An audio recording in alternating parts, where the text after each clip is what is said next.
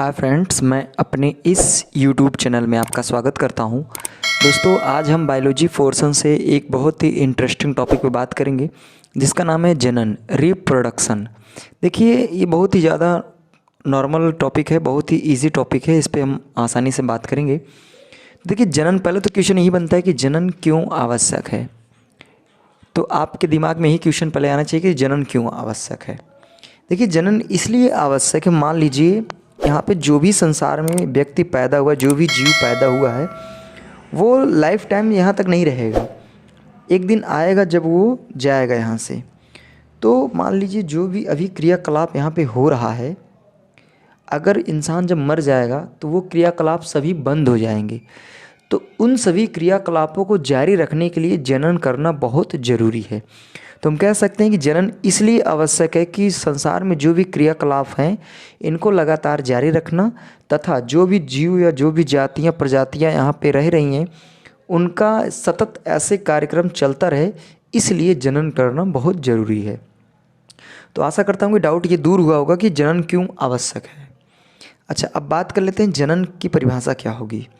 देखिए, जब एक या एक से अधिक जीव अपने ही जैसे एक नए जीव का निर्माण करते हैं उसे हम जनन कहते हैं। जैसे अपने ही जैसे का मतलब कि अगर वह इंसान है तो इंसान का ही जन्म देगा, जानवर है तो वह जानवर का ही जन्म देगा।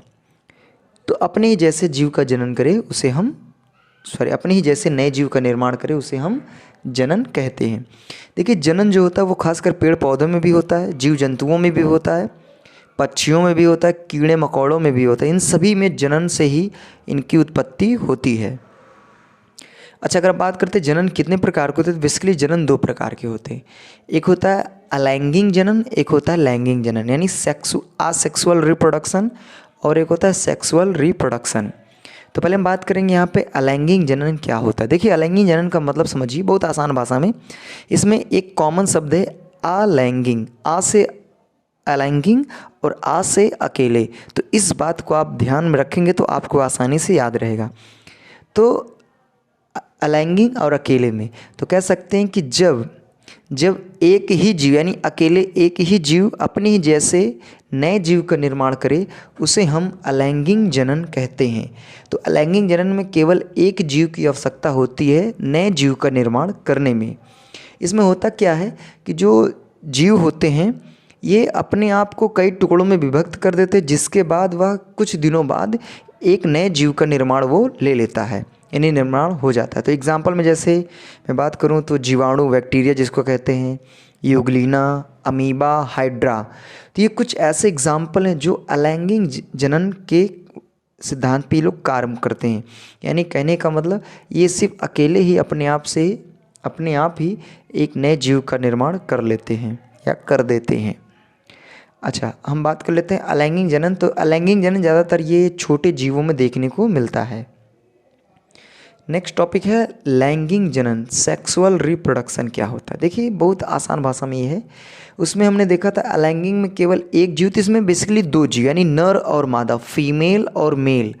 जब फीमेल और मेल के बीच जब निषेचन होता है तो उससे जब एक नए जीव का निर्माण होता है तो उसमें हम लैंगिक जनन कहते हैं। यानी कह सकते हैं कि जब दो जीव नर एवं मादा के निषेचन से एक नए जीव का निर्माण होता है तो उसे हम लैंगिक जनन कहते हैं, यानी सेक्सुअल रिप्रोडक्शन कहते हैं।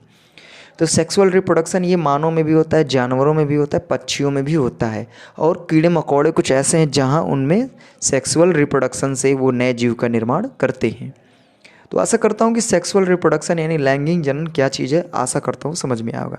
तो जब एक नर हो एक मादा हो, तो नर और मादा जब मिल के, यानी कह सकते हैं मेल का स्पर्म और फीमेल का ओवम, जब ये आपस में ये संयोग करते हैं तो एक नए जीव का निर्माण करते हैं, तो that is called sexual reproduction. अच्छा, एग्जाम्पल की बात हमने कर ली है। अब बात कर लेते हैं लैंगिक। देखिए, लैंगिक जनन जो होता है ना, ये छोटे एवं बड़े दोनों जीवों में देखा जाता है। तो ये हमने बात की जनन लैंगिक अलैंगिक, और किन जानवरों में, किन पक्षियों में कहाँ कहाँ देखा जाता है उनके बारे में हमने बात की। तो आशा करता हूँ कि जनन लैंगिक अलैंगिक ये आपको बहुत अच्छे से आसान भाषा में समझ में आया होगा। तो अगर वीडियो आपको अच्छा लगा तो प्लीज़ लाइक शेयर सब्सक्राइब करें। Thank you very much.